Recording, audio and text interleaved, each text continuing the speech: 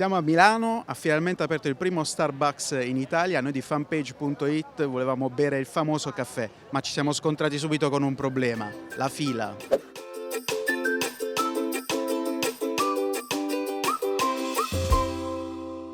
E questa era la fila. Insomma, se siete abituati a bervi un caffè al volo al bar, questo sicuramente non è il posto per voi, almeno in questi primi giorni.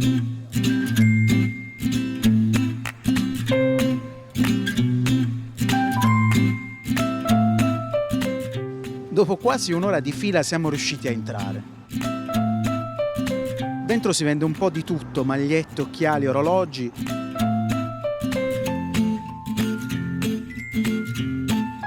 Ora dove dobbiamo andare? Il vero dilemma. Facciamo un po' di fatica per trovare la cassa, però finalmente dovremmo esserci.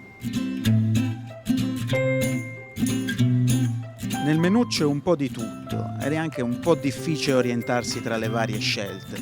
Alla fine optiamo per un caffè, un cappuccino e 2 brioche. Una normale colazione all'italiana.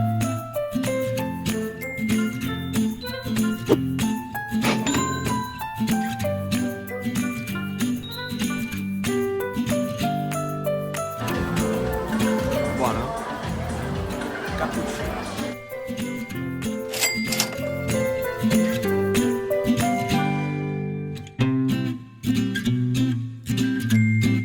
Sul caffè e sul cappuccino niente da dire. Sulle brioche invece ci siamo un po' divisi tra favorevoli e contrari.